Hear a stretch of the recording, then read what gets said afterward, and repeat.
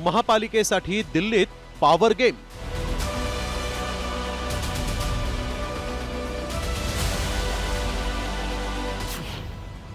दोन्ही राष्ट्रवादी एकत्र येणार?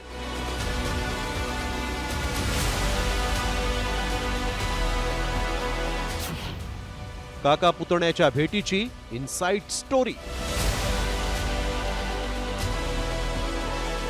ऐन महापालिका निवडणुकीच्या तोंडावर पुन्हा एकदा दोन्ही राष्ट्रवादी एकत्र येण्याची चर्चा रंगली आणि त्याला कारण ठरलंय हिवाळी अधिवेशन सोडून अजित पवारांनी शरद पवारांच्या वाढदिवसानिमित्तानं दिल्लीत आयोजित केलेल्या स्नेहभोजनाला लावलेली हजेरी।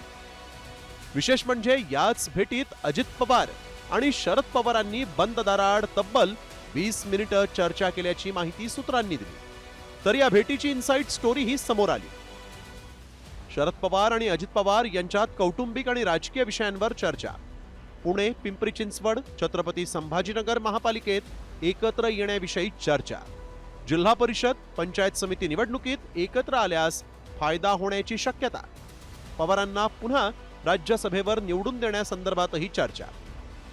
खरं तर नगर परिषद आणि नगरपंचायत निवडणुकीत कागल, चंदगड, कराड आणि कुरुंदवाडमध्ये भाजप आणि शिंदे सेनेला रोखण्यासाठी दोन्ही राष्ट्रवादी एकत्र आल्याचं पाहायला मिळालं। त्यातच आता पुणे आणि पिंपरी चिंचवड महापालिकेत दोन्ही राष्ट्रवादी एकत्र यावी अशी मागणी जोर धरतीये। तर पुणे शहराध्यक्ष प्रशांत जगताप यांनी दोन्ही राष्ट्रवादी एकत्र येण्यास विरोध दर्शवलाय। मात्र त्यानंतर दिल्लीत पवार काका पुतण्याची भेट झाल्यानं राजकीय वर्तुळातील अनेकांच्या भुवया उंचावल्या आहेत। मात्र या भेटीमागे राजकीय गणित नसल्याचा दावा दोन्ही राष्ट्रवादीच्या नेत्यांनी केला।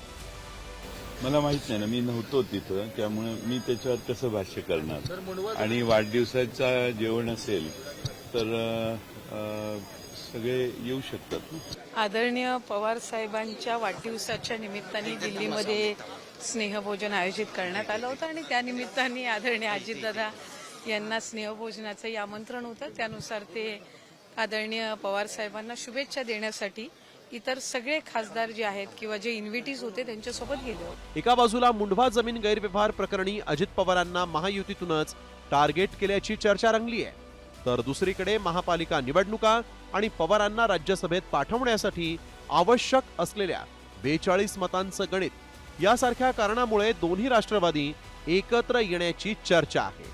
मात्र दिल्लीतील भेटीनंतर पवार काका पुतण्या ठाकरे बंधूंप्रमाणेच भाजपच्या विरोधात एकत्र येणार का, यावर महाराष्ट्राच्या राजकारणाची दिशा ठरणार आहे। ब्युरो रिपोर्ट, साम टीव्ही न्यूज।